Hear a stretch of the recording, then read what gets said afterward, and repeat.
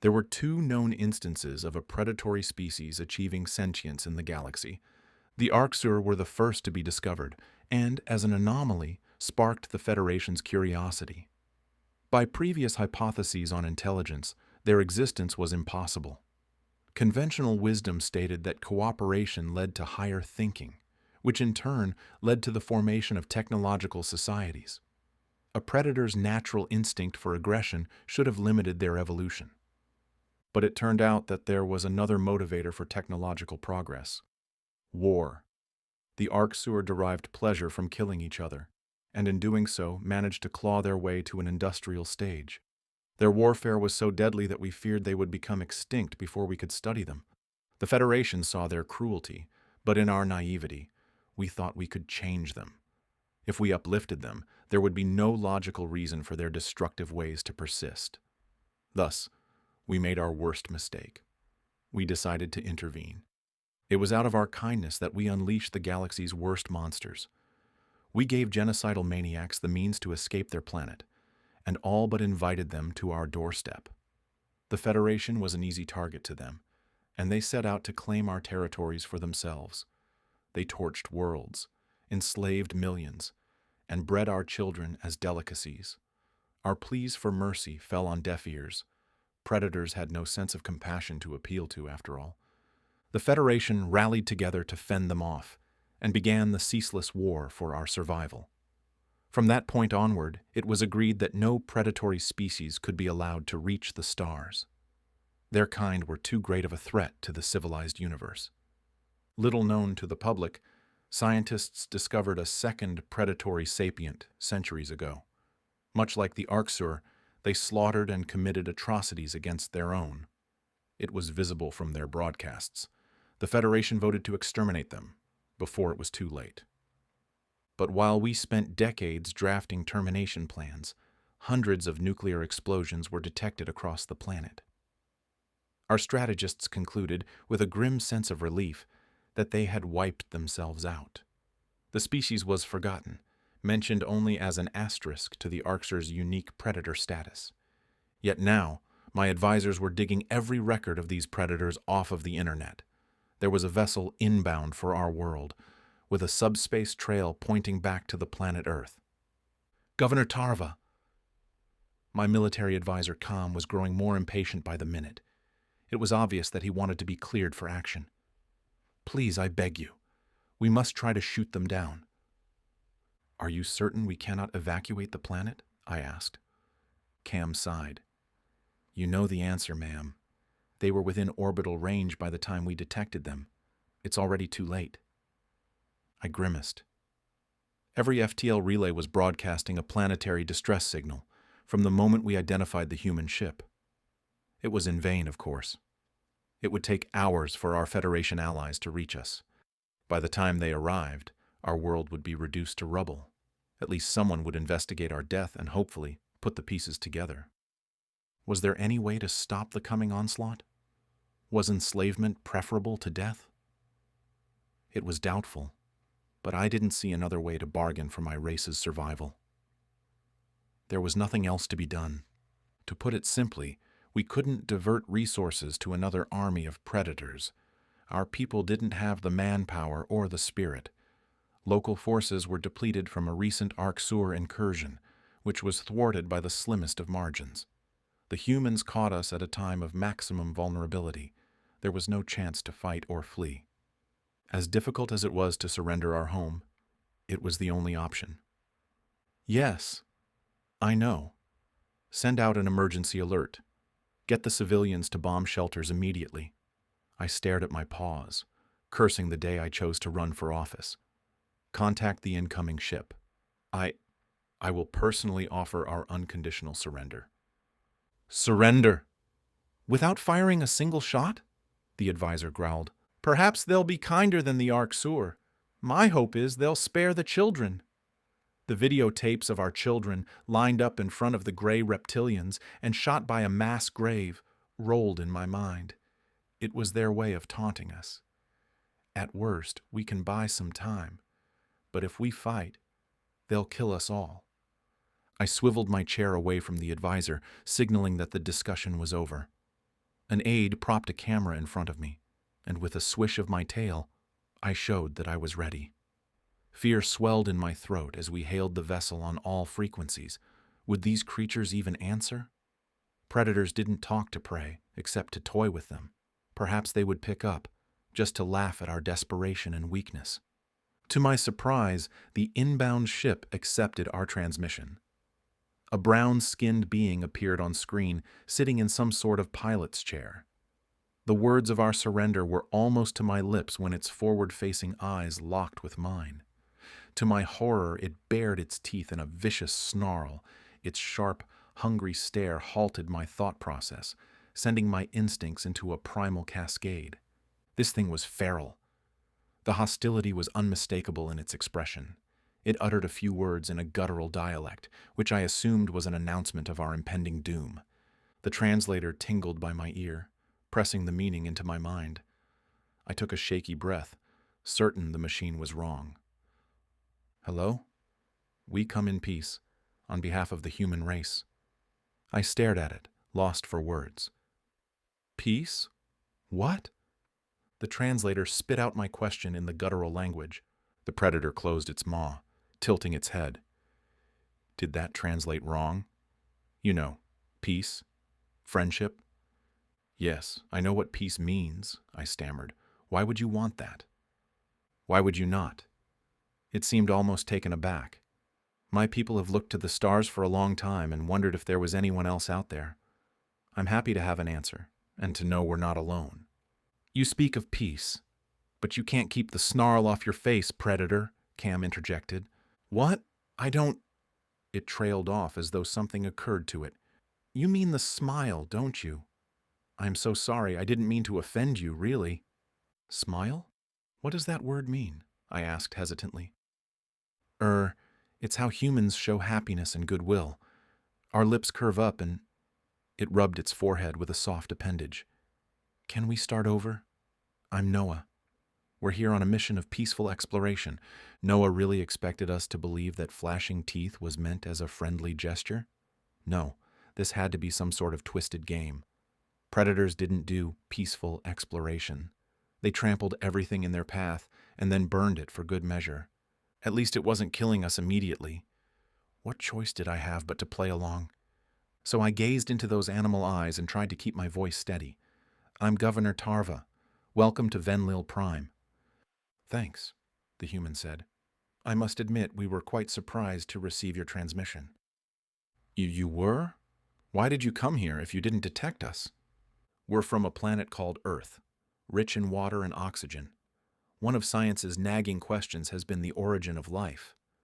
Our mission was to examine worlds similar to our own, and yours was the perfect candidate. You suspected we had the conditions for life then. Well, yes, but every reasonable scientist back home thought our first contact would be a primitive life form. Finding a single-celled organism in your oceans would have been a major victory. Why would you care? We were starting to think we were the only instance of life arising. But now, finding a full-fledged technological civilization, it's wondrous. One that not only spotted us, but seems to understand what we are too. You keep using the first person, plural. Who is we? Of course, where are my manners? Noah pivoted the camera to the side, revealing another human sitting at a console. This is Sarah, my co-pilot. She's logging all of this for our records. That's right, she agreed. I'm not much of a talker, but Noah runs his mouth enough for both of us anyways. The captain's eyebrows shot up. I do not. For a brief moment, watching their playful banter, I saw a kindred intelligence in them.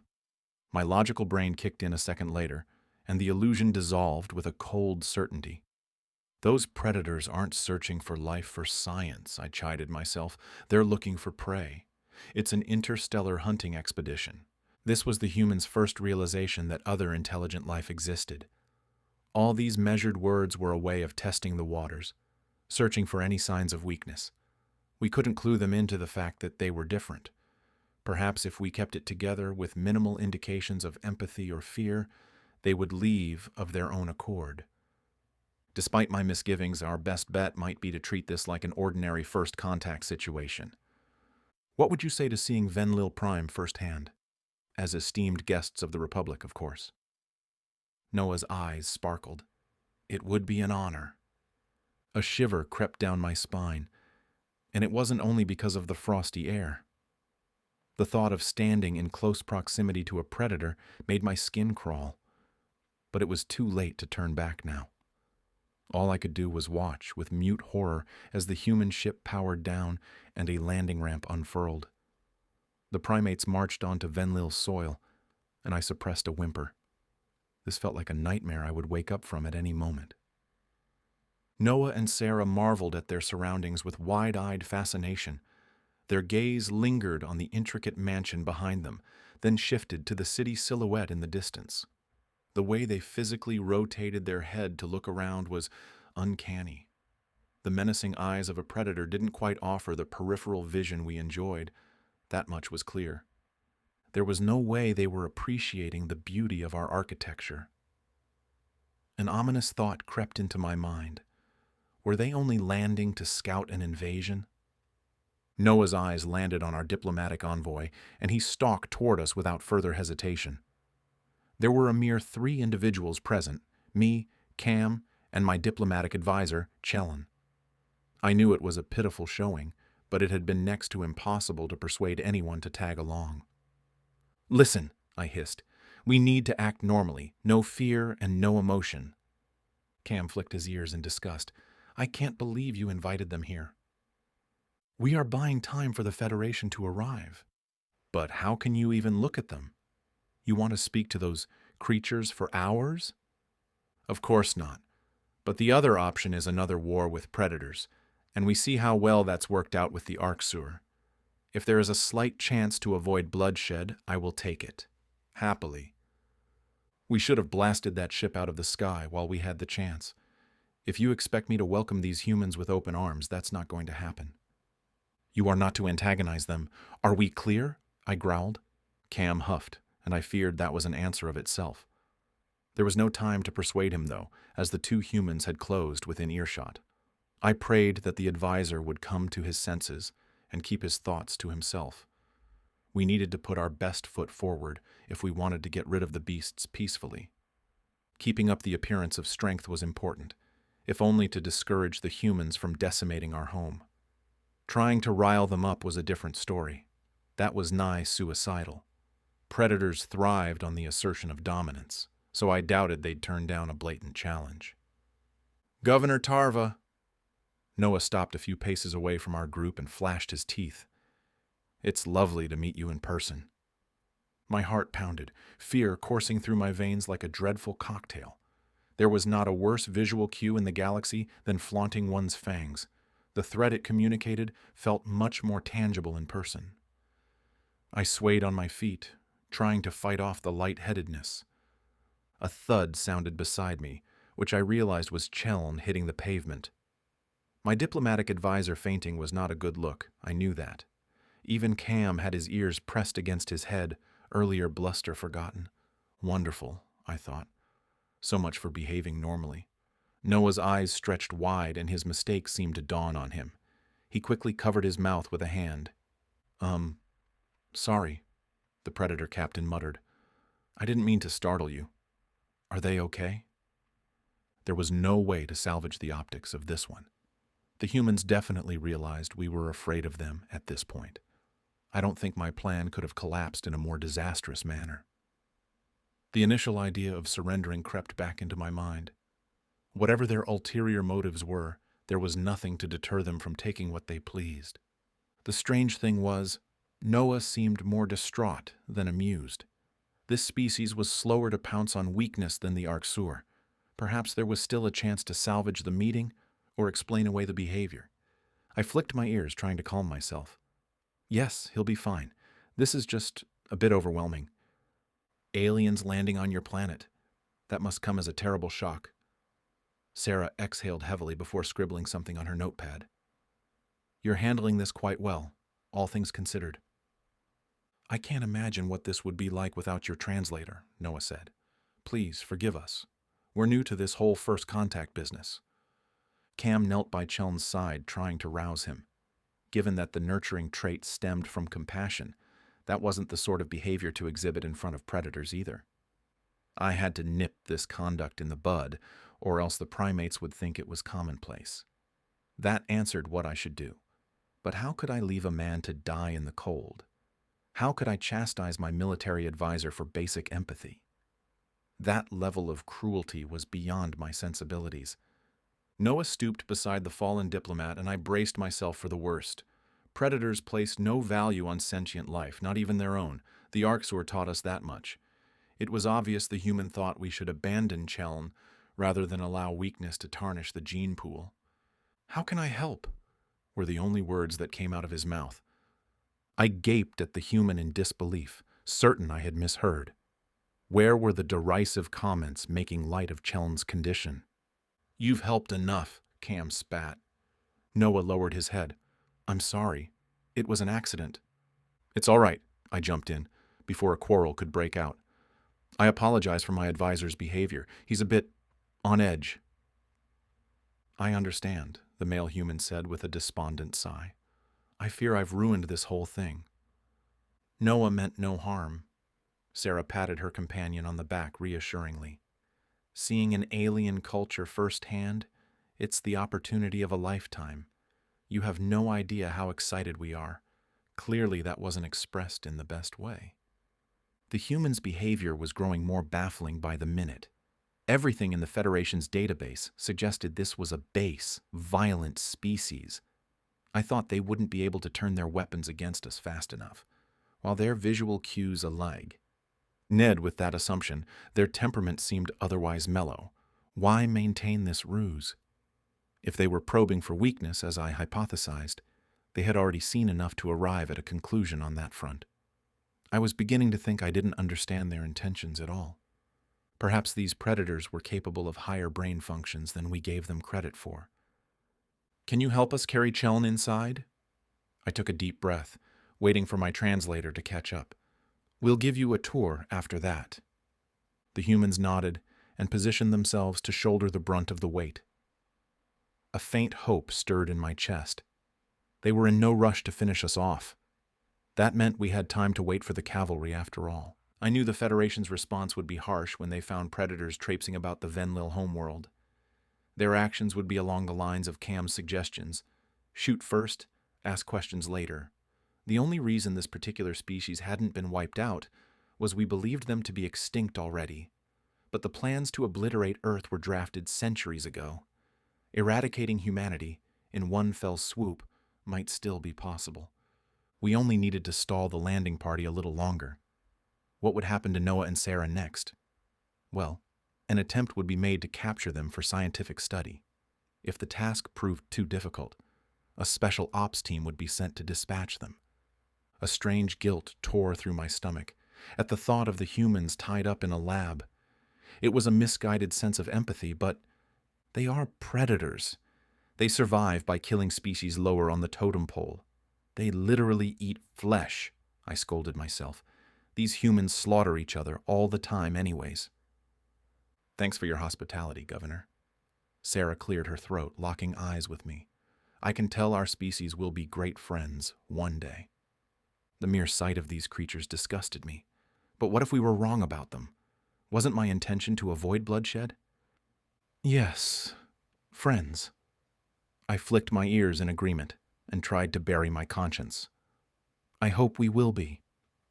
The tour of the governor's mansion started off without incident, and my nerves began to settle down. The humans tailed behind Com and I, with questions pertaining to every subject under the sun. Culture, history, politics. They couldn't absorb information fast enough. Had any other species arrived at our doorstep, with such childlike curiosity, their enthusiasm would be lauded. Hell, if you didn't look at the humans, you could almost forget they were predators. My brain switched into autopilot mode as I steered our group to the next stop, my office. However, the second I opened the door, I realized I had made a dreadful mistake. In this morning's panic, I had left a TV on. The news was cycling through footage of bomb shelters across the planet. Government advisories played on loop in the background. They were speaking rather candidly about the humans' foray and the likelihood of mass casualties. I scrambled to turn it off, but it was too late. The humans wandered over to the screen, staring in silence. They hadn't been this quiet since we started the tour. Seeing masses of people, huddled together, crying, must have stirred something in them. I was wondering why there were so few staff here. No reporters either, Noah said finally. They've all been evacuated, haven't they? I cast my gaze downward. Yes. You thought we were here to attack you. There was a flash of something in his brown eyes, and he pressed a hand to his forehead. My God! Sarah, you see how they look at us. I think they still believe that. Is that true, Tarva? Sarah asked. What do you think is our purpose? Panic fluttered in my chest. There was no way to formulate a convincing reply. I took a few steps back, eyeing the humans warily. To deny the accusation would be to discount their intelligence. They would see right through any further deception. Silence was a way of confirming their suspicions, without having to vocalize our terror. Cam, however, was eager to supply the answer. To kill us, and to have a grand old time dragging it out. No, no, no, that is not the case at all, Noah hissed. We mean you no harm. Look, if you want us to leave, we will. Sarah raised her hands slowly. We never wanted to cause fear or disrupt your lives. We just wanted to meet other people like us. There are no people like you, Com growled. Really? She pointed to a 3D photo on my desk, a hard glint in her eyes. What about them? The picture in question was of myself, at a conference with dozens of Federation leaders. It was obvious to any intelligent observer that those diverse life forms were not of Venlil origin. What were the humans supposed to think? Seeing us comfortable with other aliens, they had to be wondering why they were so feared. I cursed myself for such a blatant oversight. You're right. I managed to speak, though my voice was hardly more than a whisper. They're not from this world. Like you. Noah cleared his throat. How many intelligent species are there that you know of? How did you find each other? I hesitated. If the humans intended to purge the galaxy, news of the Federation's existence would give them a starting point. It might also tip them off to the coming rescue party and cause them to accelerate invasion plans. But by the same token, they would discover it anyways. At least this way, we could gauge their reaction. Hundreds. Most of us are members of the Galactic Federation. It's a central governing body of sorts.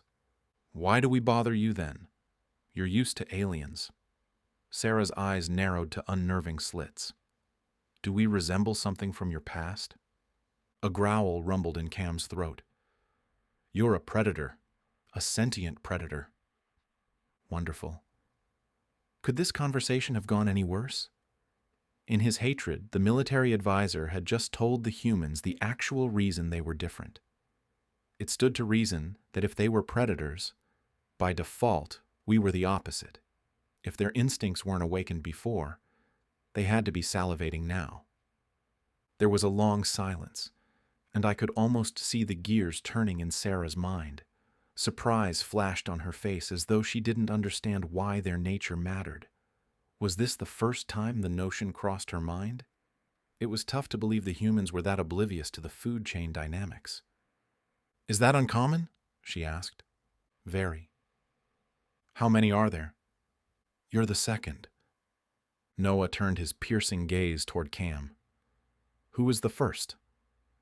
Silence blanketed the room with a heavy grip. Nobody wanted to explain what happened with the Arksur. Not even Cam would offer pointed comments on that subject. We didn't need to give the humans any ideas. The captain seemed to notice our expressions darken, and the lines on his own face hardened. Who is the first? He repeated. What words could provide an adequate description of evil incarnate? My eyes swelled with water as memories resurfaced. My father, captured alive on the war front, shipped back piece by piece. The day the Arksur launched a gas attack against my daughter's school and left her brain dead. The slave pens, the irradiated worlds, the Venlil kept as cattle. I buried my head in my paws, trying to hide the tears. Showing such weakness in front of the humans was the worst thing I could do. This species, for all its refined words, was cut from the same cloth as our oppressors. If they saw the extent of our pain, it would be weaponized down the road. Noah's eyes widened, and my heart sank in my chest. The observant visitor had noticed my emotional lapse and seemed to be debating his next action. After a moment's thought, he shuffled closer to me. Every instinct screamed at me to back away, but my paws refused to budge. As the predator reached out with a meaty paw, I waited for him to strike me. My mind was braced for taunting, torture, or whatever else may come.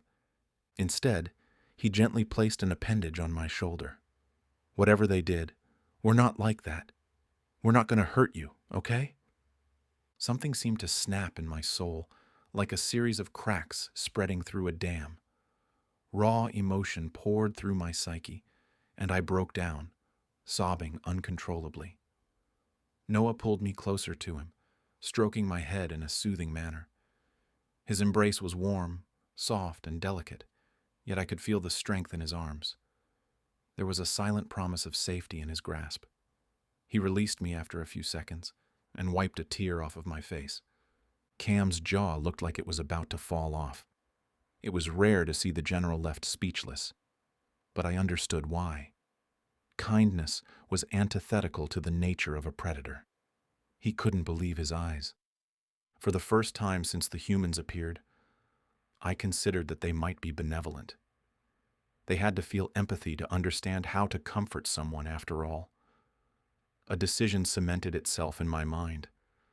I couldn't allow innocent people to die simply because of their appearance. The predators might be a threat, but we had judged them based on preconceived notions. "I believe you, Noah," I sniffled. "I'm sorry." "That's the first time you've said my name." The human turned his head away, hiding a smile. "Either of our names," I chuckled. Better late than never. Cam, rescind the planetary distress signal." "I can't do that, ma'am," the advisor said. "I wasn't asking your opinion. That was an order," I snapped. "For Star's sake, I'll do it myself." "You don't understand. The Federation is already here. They're hailing us now." A string of curses escaped my lips, and the humans tilted their heads in confusion. I tried to imagine how the poor saps felt. A few hours ago, they hadn't even known extraterrestrial life existed. Now they learned of a galactic community, one that hated them without provocation. They were taking the news in stride, but it had to be overwhelming. Unfortunately, I still had one more bombshell to drop on them. How terrifying would it be as guests on another world to have warships arrive hell-bent on killing you? "Wait, why is that bad?" Noah asked. "I thought the Federation are your friends." I avoided his gaze. "They came because we set off a distress signal. They're expecting a fight." "I see. Well, why don't we talk to them and explain that it was a misunderstanding, once they know that we're peaceful? Number, I appreciate the thought, but the second they see your—" I waved a paw in the general vicinity of my mouth and eyes. "They won't listen to a word you say. They'll want you dead." "Or worse," I added to myself. "Right," the human muttered. "So, I'm sorry about all this, really." I scratched my chin, trying to think. "I'll try to drive them off. Just stay out of sight and let me do the talking, okay?" Noah nodded. "Got it." I took a deep breath. Despite their repulsive appearance, the humans' actions exuded such a genuine kindness. They were strangely charming when you sensed the person beneath the monster. If anything happened to Noah and Sarah, the responsibility fell on my shoulders. To think minutes ago I had been hoping for the Federation to swoop in and save us. Now, my only objective was to save the lives of 2 predators. If the sensor data was to be believed, the Federation warships were gunning to Venlil Prime at a blistering speed. Their hails seemed urgent, frantic even. They were resending the communication request every few seconds. I had never seen such a harried response, but it made sense.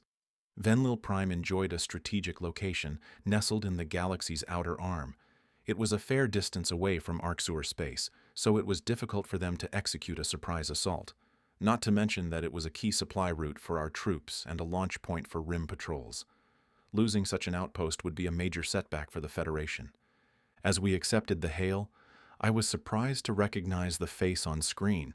It was Captain Sovlin from the powerful Gojiti Union. He had risen to galactic fame after leading a valiant charge to break an Arxur siege on his home world. Typically, the Federation would just send the nearest available assets, but this time, they'd scrounged up someone competent. Governor Tarva. The relief was plain on Sovlin's face as he realized that we were alive. We're here to assist. What is the reason for your distress? The humans were waiting in the wings, just out of view of the camera. Sarah jotted something down on her notepad.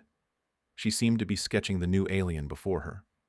A pang of guilt stabbed at my chest as I realized my instincts were still abuzz. Seeing them out of the corner of my eyes was making my skin crawl, the way they craned their heads to look at the screen. It was sickening. I see the Federation sent their finest, I said. The Venlil Republic expresses our sincere gratitude for your response. Unfortunately, you've come all this way for no reason. By galactic law, that signal is only to be used for an extinction-level event. You owe us an explanation. A good one, the Gojid growled. Did you deal with the problem on your own? There was no problem. Sovlin blinked several times. I'm sorry? It was a false alarm. Our sensors malfunctioned due to a software update. What did you think you saw? We thought a Arxur ship jumped into orbital range. And you figured out that was false because there's nothing up there on visual, Captain. Our backup sensors didn't detect anything either. Not to mention we're still alive. The Gojid squinted at me, and I could tell he didn't quite buy my story. Sensor malfunctions made themselves apparent quickly due to the lack of corroborating evidence. He knew we should have rejected faulty data much faster than the span of a few hours. The sharp glint in his eyes told me he intended to sniff out the truth. Cam, you're awfully quiet, the Federation officer noted. Do you have anything to add? I don't feel like talking. The military advisor paused. His gaze was not focused on the screen, so I figured he was studying the humans out of his periphery. Nothing to add anyways. Tarva said it all. I breathed a silent sigh of relief. With the extent to which Cam despised the visitors, I half expected him to out them at the first opportunity. Had this call taken place a few minutes earlier, I suspect he would have turned the humans over. But their recent behavior must have impressed their sensitivity upon him, too. Sovlin scrutinized us, suspicion marring his features.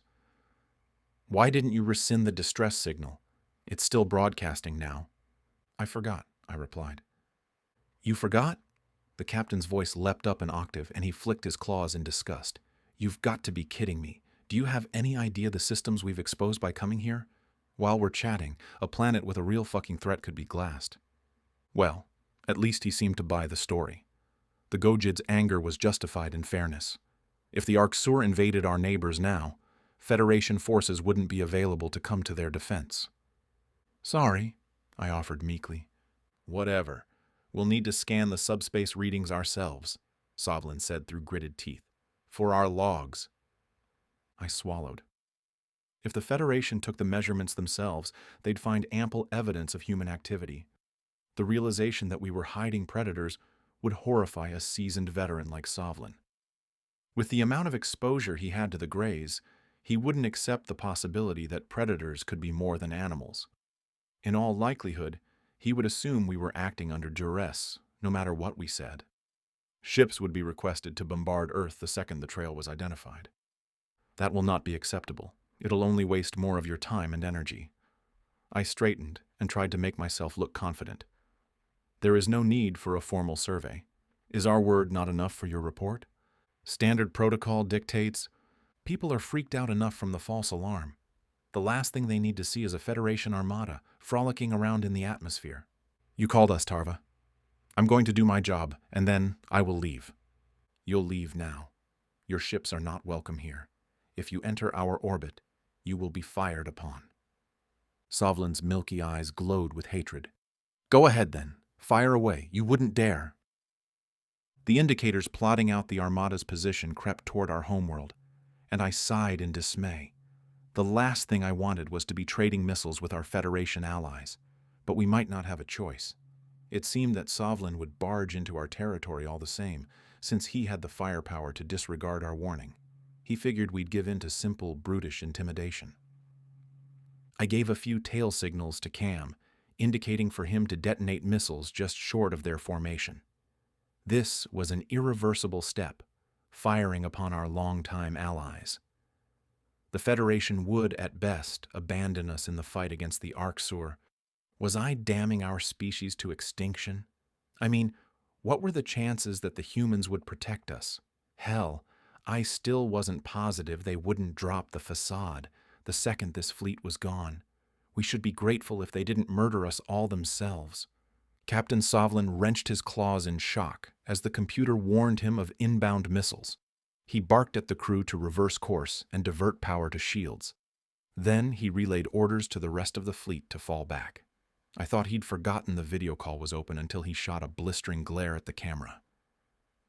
"You shot at us!" The Gojid stared at his weapons console, as though considering whether to return fire. "You actually shot at us. That's an act of war." "That was a warning shot. We don't want to hurt you, but we will," I hissed. "How can you be so ungrateful? After all that we've done for you," he spat. "I'll be recommending sanctions in my report, and the next time you call for help, we'll let the Greys eat you miserable fucks." The feed cut out abruptly, and I sank to the floor in relief. There would be hell to pay at the next Federation summit, but at least our mistake had been undone without bloodshed. It remained to be seen how the humans would reward our gamble. Their body language betrayed little emotion.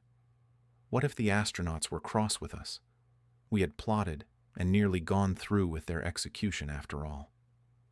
"They're gone." I turned to face the predators and prayed that we made the right decision. "You're safe now."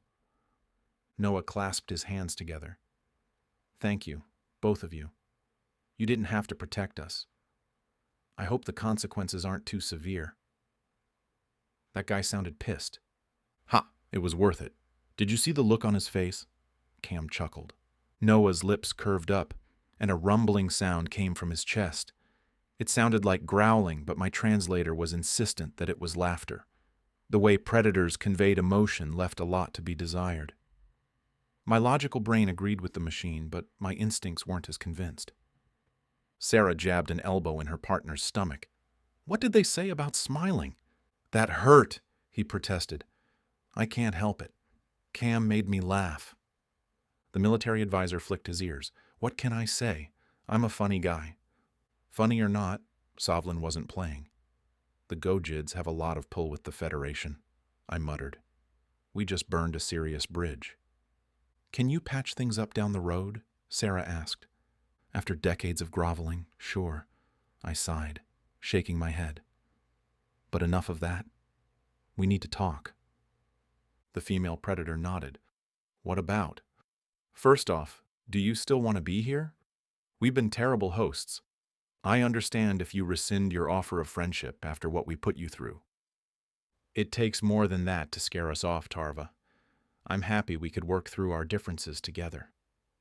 Sarah was well-spoken, same as her partner, but I couldn't shake the lingering doubts. If our species were to make an honest attempt at friendship, disclosure of Arksur history was a must. A secret that abhorrent couldn't fester between us, especially when it would be the subtext of all our interactions. When the humans learned what the Arksur had done, they would realize their own species' untapped potential.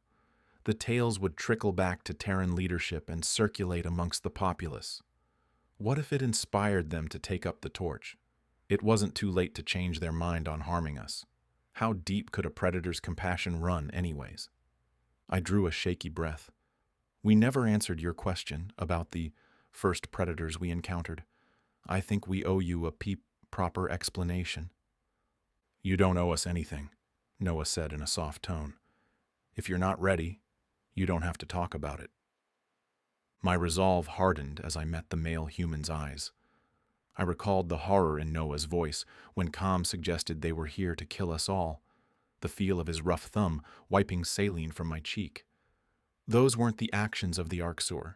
These were people with intelligence and emotion. I want to. I want you to know everything. Are you sure that's a good idea, Tarva? Cam asked. Yes, I am. I have to believe that the humans are worth the risk we're taking. I could feel my heart rate accelerating, despite my confident words. The mere thought of the Greys conjured fear and dread. The first predators were the Arxur. The Federation has been at war with them for centuries. The male human raised an eyebrow. All of you against them? And it's not enough, I responded. Noah, they've hunted 20% of all sentient species to extinction. In this galaxy, anyways. His predatory eyes widened. Why? They kill for pleasure. They want us to suffer. I reached for my tablet and pulled up a recent video the Arxur had sent us. See for yourself. Noah pried the device out of my paws, and Sarah leaned in to look at the footage. It depicted a group of Arxur guards, laughing as they released farm-raised Venlil pups from their pen. The reptilians wanted to hunt their meals, to watch their prey squirm in terror. The younglings had their eyes gouged out, and if they didn't run fast enough to amuse the guards, they were prodded with an electric rod. As the Arxur clubbed a pup repeatedly on screen, making sure to break all of its limbs first, I watched the humans' reactions. At first, they seemed shocked, but then their countenance morphed into something else. Their faces contorted into a mask of pure hatred. Eyes dilated, lips curled back, neck veins bulging. There was the predator that had been concealed with such care. I was suddenly more inclined to believe that a smile was their friendly expression. The humans either had a sudden desire to eat us or were livid at the treatment of our people. I hoped it was the latter. This is how they treat prisoners? Children at that? Sarah asked. Children at that?